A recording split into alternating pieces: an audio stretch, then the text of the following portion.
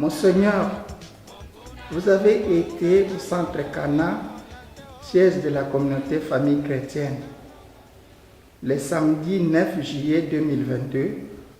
La présentation de la communauté famille chrétienne sur place à Kinshasa par ses responsables vous a édifié certainement sur ce qu'elle accomplit comme travail de stabilisation des familles. Après cette visite pastorale, quelles sont vos impressions sur la communauté famille chrétienne? Donc c'est surtout grâce à l'abbé Tony que j'ai connu donc cette communauté, et il était prévu que ce soit une journée, et ça commençait par une liturgie eucharistique, et comme toutes les liturgies eucharistiques en RDC, c'est la joie, c'est être exubérant, c'est reconnaître le Christ, c'est accueillir sa grâce, enfin c'est vraiment quelque chose de parfait. Et les Européens qui sont glaciaux, toujours rigides, quand ils arrivent au Congo, ils disent « Ah, si toutes les messes étaient comme ça en Europe, il y aurait plus de monde ». Donc c'est vraiment la joie qui transparaît. Il y avait aussi, donc, outre la liturgie, donc, des enseignements, et puis un repas, puis autre chose. Donc c'est l'occasion donc, pour moi de découvrir donc, ce groupe, cette communauté de famille, et là, les questions qui se posent sont pratiquement universelles. La famille telle que Jésus la propose dans son enseignement, que nous avons dans le Nouveau Testament, mais aussi qui s'enracine dans la tradition juive. Donc la famille, telle que nous l'avons dans le dessein de Dieu, c'est quelque chose de tout à fait spécifique. Et quand on regarde autour de soi, donc le fait de vivre en couple, d'avoir des enfants, on voit qu'il y a beaucoup de modèles très différents sur la planète. Et donc pour suivre l'enseignement de Jésus, ce qu'il propose, il faut une conversion. Donc il ne faut pas seulement suivre ce que tout le monde fait, mais il faut se rendre compte aussi qu'il y a là quelque chose qui vient de Dieu. Et le fait que ce groupe aide les gens à rester fidèles l'un à l'autre quand il y a mariage, aide à éduquer les enfants aussi au niveau de la foi, aide des personnes qui ont été délaissées par un conjoint. Donc tout cela fait partie du témoignage de l'Évangile, de l'enseignement de Jésus, et donc je suis très étonné en bien que cela puisse se faire aussi donc dans un climat de confiance et de joie. En Europe, ça dépend évidemment des lieux, mais ce sont des groupes de réflexion, des groupes de partage, ce sont des échanges qui sont nourris de la parole de Dieu, etc., etc., mais ce n'est pas toujours dans une ambiance de joie. Donc ce que je trouvais donc, à Kinshasa, c'était dans une ambiance de joie, et on sait que pour manifester ou vivre de la fidélité dans le mariage, il y a des moments d'épreuve, et quand on est plusieurs autour de soi qui viennent vous soutenir, bon, je ne vais pas dire que c'est plus facile, mais en tout cas, on a davantage de courage.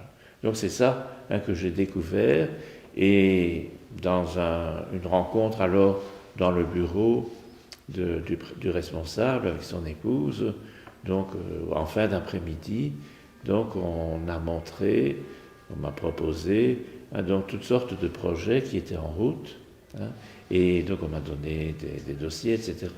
Donc ça veut dire que ce n'est pas simplement, entre guillemets, pour Kinshasa, mais c'est pour au-delà. Et donc je suis heureux donc qu'il y ait deux groupes comme cela, au plus en Belgique, et puis donc avec Amérique, Europe.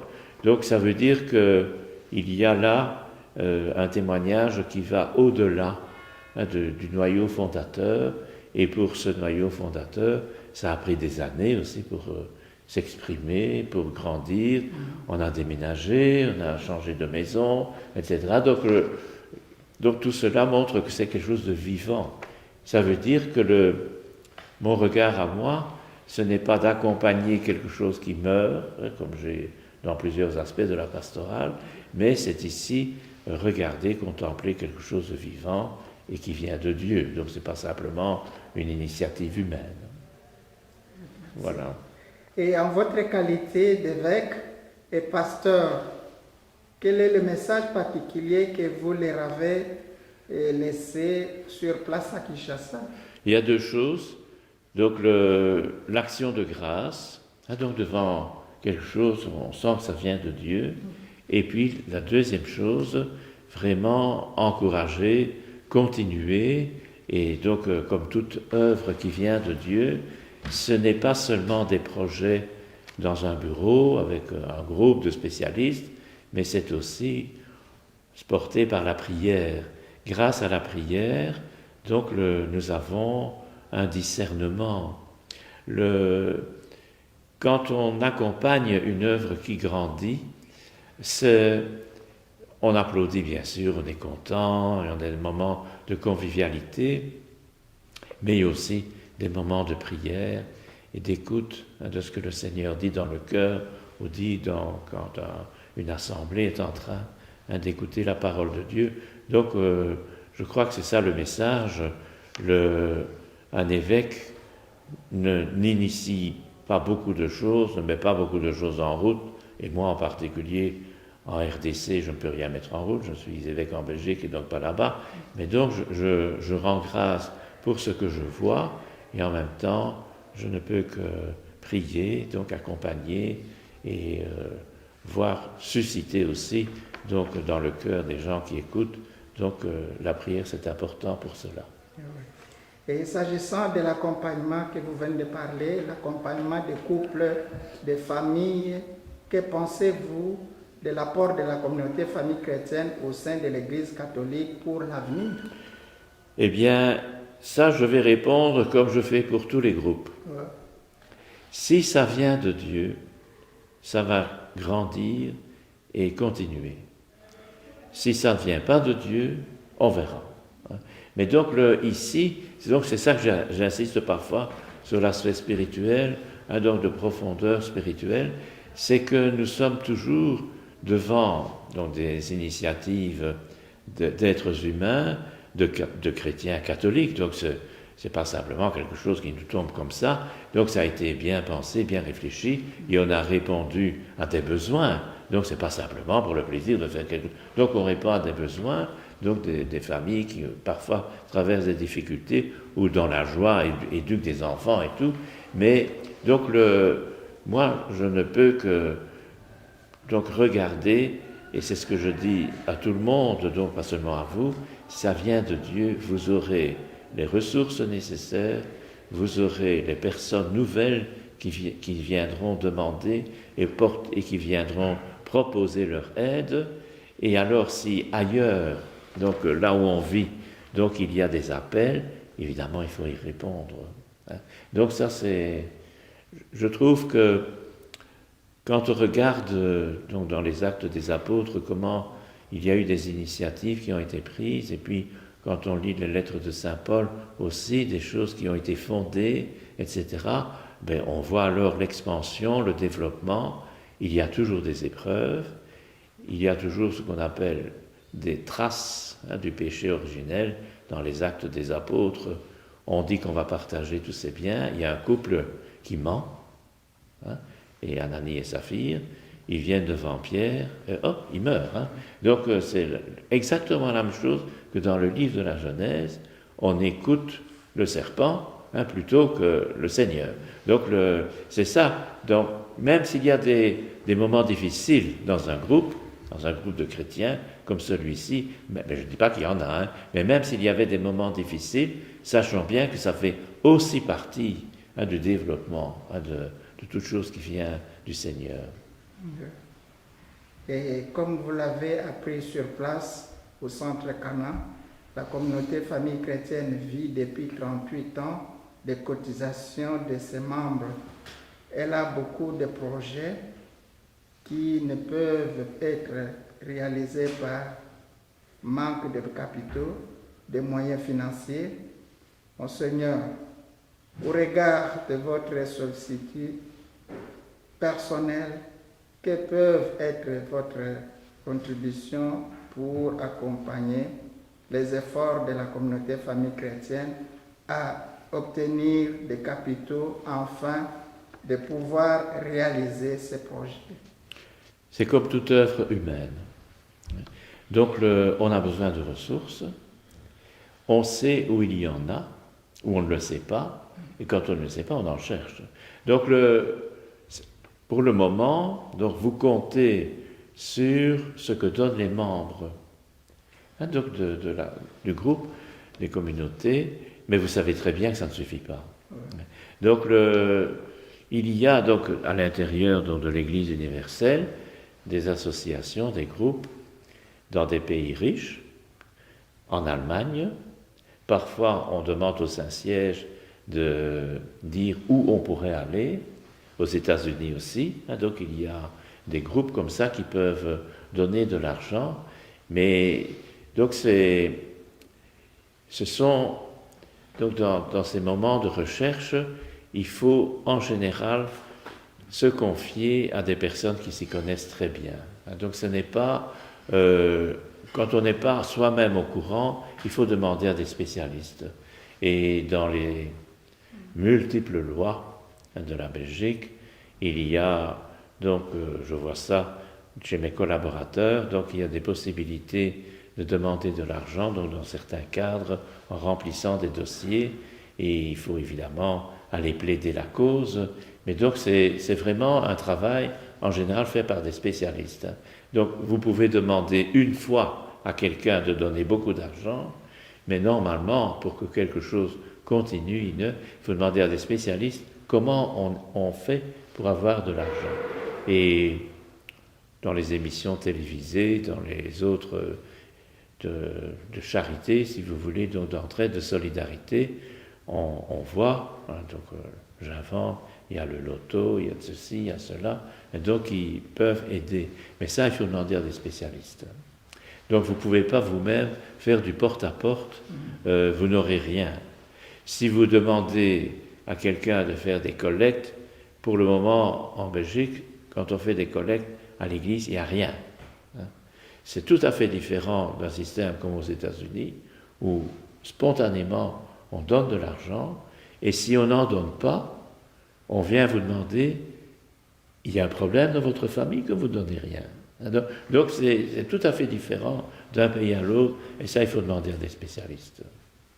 Et il y en a quand on parle avec des gens qui sont dans ce monde-là, ils vous introduiront.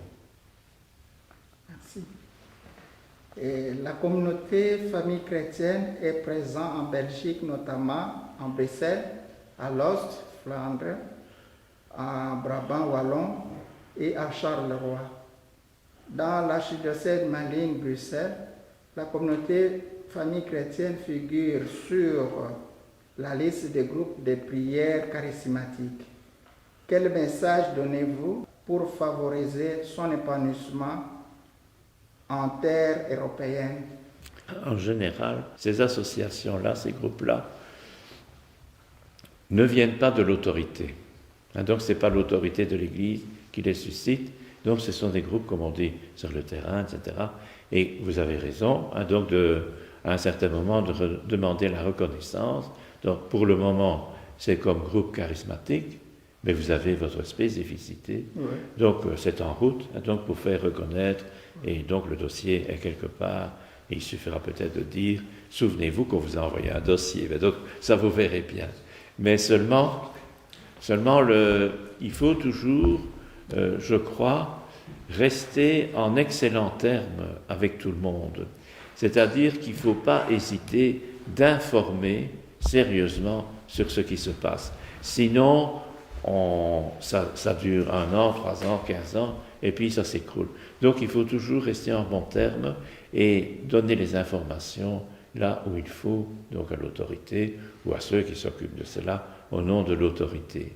Mais à mon avis, donc vous êtes reconnu à Malines-Bruxelles comme un groupe charismatique, bon c'est très bien, mais il faudra spécifier, parce que des groupes charismatiques, il y en a tout plein, et depuis que ça existe, il y en a déjà beaucoup qui ont disparu. Donc il ne faut pas que vous disparaissiez, donc il faut vraiment qu'il y ait de votre part donc de bons contacts et aussi montrer les réalisations. Pour les autres diocèses que Malines-Bruxelles, bon, si ça à Alost, à Charleroi, bon, à Charleroi j'ai quelque chose à dire, mais dans les autres diocèses j'ai rien à dire, donc c'est les évêques locaux, mais en même temps, comme les évêques se réunissent en Belgique une fois par mois, le deuxième jeudi en général, donc les informations vont circuler.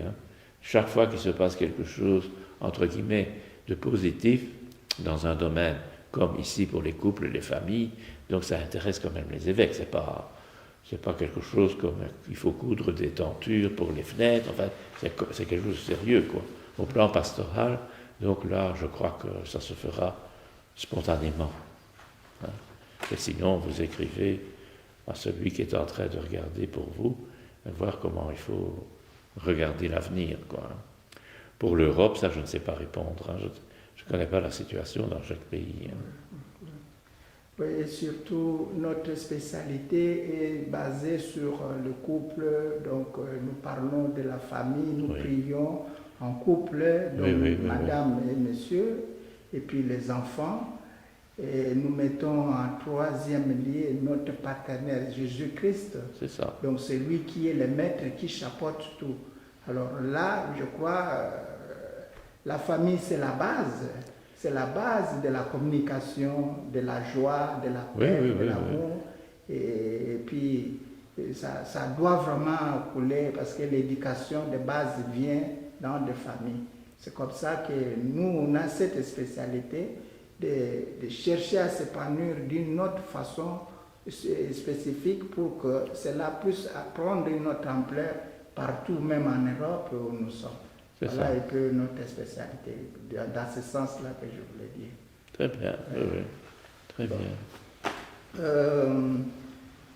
Monseigneur, quel conseil pouvez-vous nous prodiguer en notre qualité de membre de la communauté famille chrétienne en Belgique pour réussir nos démarches d'implantation de notre mouvement en Belgique en tenant compte des structures qui existent déjà et des barrières qui peuvent s'y ériger?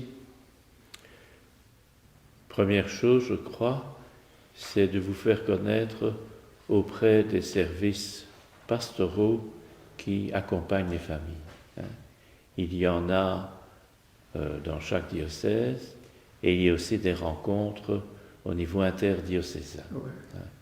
Et les évêques entendent ce qui se passe dans ces groupes. Alors, il ne suffit pas de préparer la prochaine rencontre des familles au niveau universel. Et donc ça, c'est le Saint-Siège avec le Saint-Père, évidemment, qui prévoit tout cela. Et il ne faut pas être contre, ça va de soi. Mais si on peut, on essaye d'y participer. Et puis, il y a aussi donc, des initiatives qui sont prises par diocèse. Donc, chez moi, dans le diocèse de Tournai, nous avons eu un synode sur la famille, sur les couples.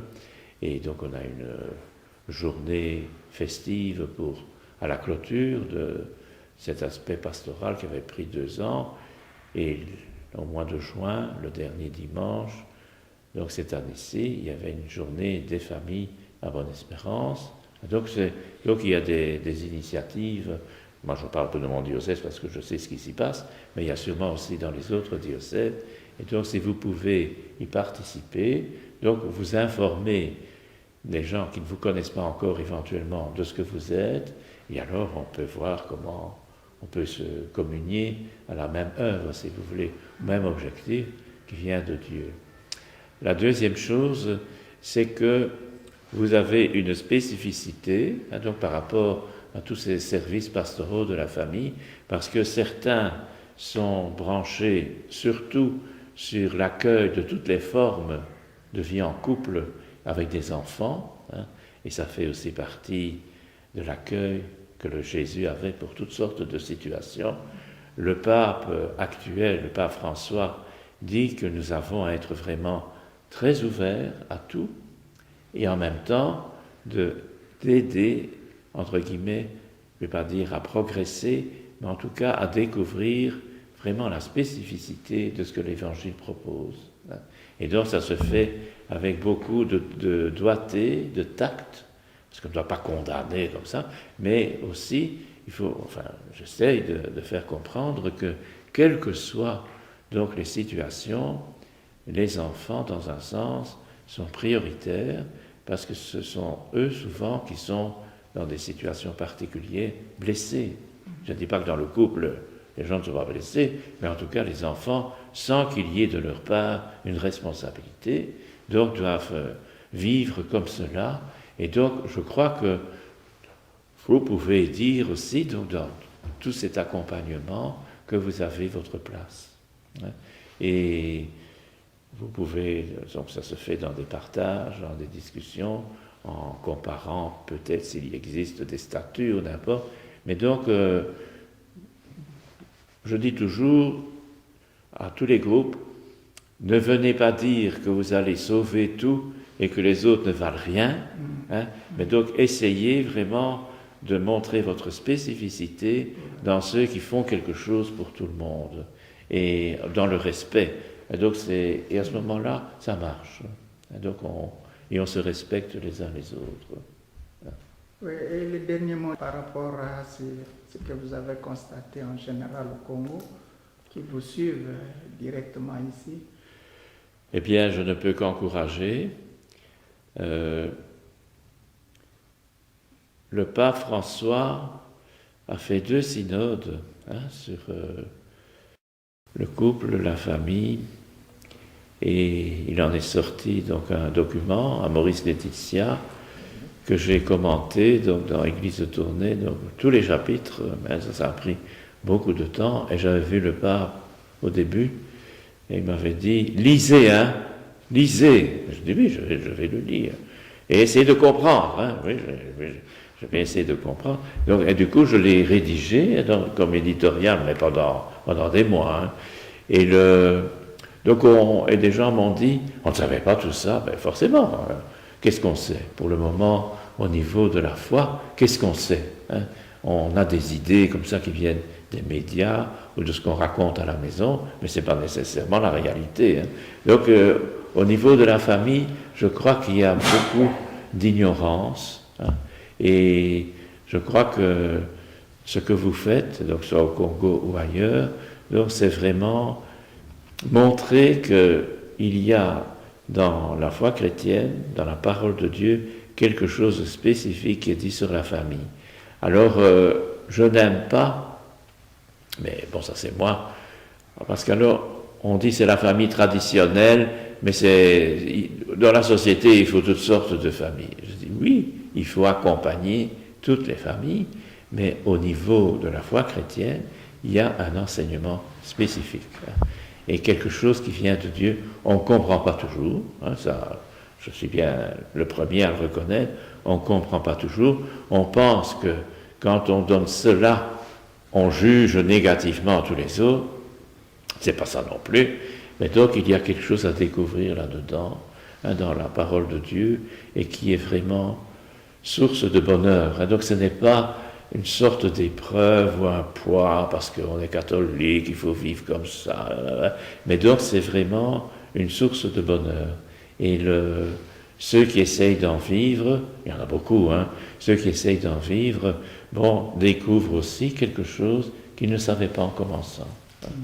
Et ceux qui sont mariés, quand ils commencent leur vie commune, voient des choses et avec le temps, ils découvrent bien d'autres choses. Bien d'autres choses. Et quand les enfants arrivent, c'est tout beau, tout gentil au début, et puis ils grandissent, on découvre aussi beaucoup de choses, et des choses aussi qui ne sont pas toujours négatives, hein, donc ils sont source de joie.